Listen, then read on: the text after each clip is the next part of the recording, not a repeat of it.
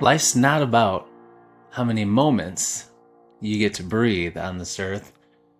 It's about how many moments take your breath away. My mom's wish for me and my siblings and for my life was to live breathless. It's all about the little moments, beasties, and that's what we're here to talk about today.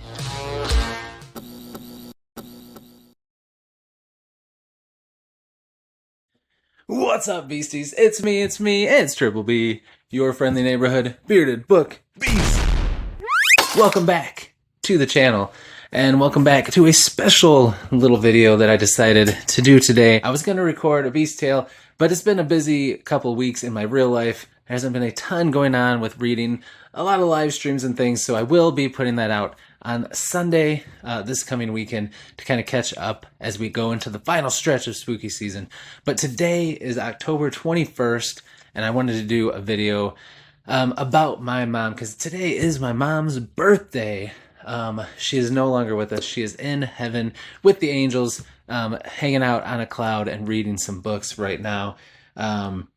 She would have been, I figured it out and it blew my mind, but she was born in 54. So I had to do the math and I'm like, holy smokes, she'd have been 71 today, which is wild to me because, forever the age that I lost her. And it's been 14 years since she passed away, over 14 years. So she was in her mid to late 50s and was just a youngin', just full of life and love and joy and kindness and awesomeness, and I truly miss her, but it's hard to believe she would have been 70, in her 70s now. So 14 years ago, I was just a young man. I was a pup in my mid-20s, mid to late 20s, and now I'm in my 40s with a family of my own. So it's just wild that a third of my life I've gone without her, and it's hard to believe. It just seems like yesterday when I lost her. But anyway, I wanted to do a video because she was so big in inspiring me to get into reading. So I'm going to recommend 5 of my mom's favorite books that she loved and that also I love. And then I'm going to recommend 5 that I think you should read, but also 5 books that I think my mom would have loved and that we could have shared together if she was still alive. So that's what this video is about. This here is me and my mom. That's me when I was a babe. And it's just a special picture of me. I keep it up on a shelf with this book right here because my mom loved the Dresden Files, just like me, and we talked about them as we read them. And this is what she was reading when she passed, and I've got her bookmark in there on the page that she left off on before she passed away from cancer. So just my mom was a special lady. And I'm going to get into the book Rex, and then if you hang around to the end, I just want to tell you a little bit about my mom and read something special from you from the last card that she ever sent me. 5 books my mom loved when she was alive, and 5 that I think she would love now if she was still with us. All right, beasties, here we go. 5 books my mom loved that I think you'll love too. Of course, I already said number 1, she loved the Dresden Files. My mom was always a big reader. She actually started reading to me when I was at a young age. And one of the first things she read to me was Bunnicula, which I love that children's book series. They're making a graphic novel. Gotta get it. But anyway, we both really liked, always were kind of into supernatural sci-fi stuff. She loved the X-Files. So eventually we both kind of stumbled upon Dresden Files and we both loved it. And we would read the new book that would come out and we'd talk about it. And it was just awesome. And we both watched the show when it came out. We enjoyed it. We find enjoyment in everything. We're positive people, but, of course, as many people, it was totally different. But man, she loved these books so much. She never got to see what happened after Changes. If you know, you know. That book was wild. I really wish that we could have experienced the rest of the series and ongoing now as it's coming back in 2026. But, I just know that when I read that new book that she's going to be reading it too, and I can still talk to her about it. So anyway, Dresden Files, it's a lot of fun. It's campy, funny, but especially early on, but as the book goes on and Butcher finds, Jim Butcher, the author, finds his writing style and, figures things out with everything, the story just takes on a life of its own. Character work gets so much deeper, especially with the side characters, and yeah, it just becomes something special. So highly recommend the Dresden Files. My mom also really loved Percy Jackson. She read through the books and then she watched the movie that they had made of it, and she just really loved these books. So this is a little beat up. It's a set, but my daughter is getting into it and starting to read it, which is pretty cool that I'm excited about. But my mom loved Greek mythology and all that kind of stuff. So this, she definitely she loved Percy Jackson. Then my mom really loved Dean Koontz books. She loved to read all of them, all of his horror books and everything. But then another series that we both got into was Odd Thomas. This is the final book I've not got to yet. I think I have 3 more books to go that I really need to get back in and finish that series. We've got Odd Thomas, the main character, and he can see spirits and ghosts, apparitions, but he can't hear them. They can't talk. And he has to try to figure out, try to help them move on. But also, he can see like darkness and spirits and has like premonitions, kind of clairvoyant a little bit, that he can tell something bad, like if a mass casualty event, like a mass shooting or a bombing or a terrorist attack, something like that is going to happen somewhere. He can see the dark spirits forming, and he has to try to stop it from happening. So just a really warm, cozy character and vibe to the series. It can be tragic and heart-wrenching at times, but just such a good series. And I love Koontz too as an author. But Odd Thomas, check it out. It is very, very good. He's just a fry cook, just a regular nice dude. Just with this gift who's trying to help the world. It's cool stuff. My mom also really loved Harry Potter. She loved the books. She loved the movies. And I watched the movies with her, and I read the first couple books, but I never read the rest. My oldest did. She loved Harry Potter books. So I would love to go back and read them all someday, but it's like I watched the movies. You guys know I have a hard time reading books that I already watched the movie and kind of know what happens, but I loved the first couple books, and she loved Harry Potter. Loved it a lot. So yeah, if you haven't read Harry Potter, which there's probably not a lot of people that haven't, but that is definitely a series that she loved. And finally, probably her favorite movie, but also one of her favorite books, was The Princess Bride. She loved this book and this movie. I remember her reading this book to me. And then also we watched the movie so many times. As You Wish. It was just such a good movie. And she would laugh and be rolling on the floor every time we watched it. So this book and that movie will always have a special place in my heart. But she loved it. She loved the cozy, the humor. She just loved it so much. So definitely check it out. If you haven't watched the movie, at least do that. But the book is a lot of good. The book is really good too. So there's 5 books that my mom loved, 5 of her favorite that I recommend to you. Now let's talk about 5 books now that I think she would have loved if she was still alive with us. So first up is an easy one. This is kind of like a throw-in because it's easy. She loved Dresden Files, so I know that she would have wanted to read his son's book, and she would have enjoyed the Unorthodox Chronicles like I do. She would have loved this for sure. And then she definitely would have tried Benedict Jacka, the Alex Verus novels with me, which I'm planning to do soon. She would have liked that for sure as well. The other gimme, before I get to the 5, is The Tomb, Repairman Jack. You guys know I love this series. I actually put it above Dresden Files as my favorite urban fantasy. And I just about had her ready to read this before she got too sick and, I stopped pushing her to do it. But I think she would have definitely loved this series too. So these 3 easy ones that I know she would have loved, for sure. All right, so let's get into the 5 that I think she would have loved. First up, I think she would have loved anything by Brandon Sanderson. I think this would have been a great gateway into some fantasy, to see that, to get her into some things that I think she would have loved. She loved Dresden Files. She loved the urban fantasy, supernatural stuff. So I think that she would have loved Mistborn, and then it would have opened her up to a lot more fantasy and stuff. But I think Sanderson's writing style, she would have really connected with. And I think especially Tress of the Emerald Sea, it's got like that Princess Bride vibes.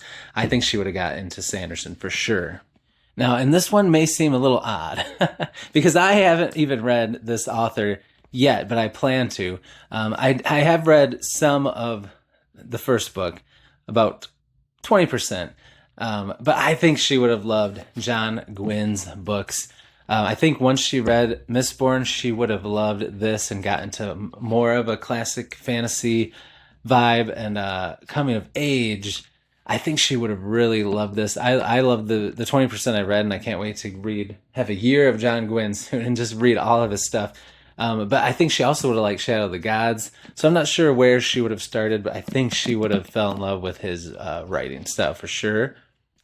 And then a little pivot away from fantasy and sci-fi, but I think I could have got her to really love Orphan X, because Orphan X is a lot like Repairman Jack and Dresden Files, just without any supernatural or anything like that. You know, you've got a guy that's kind of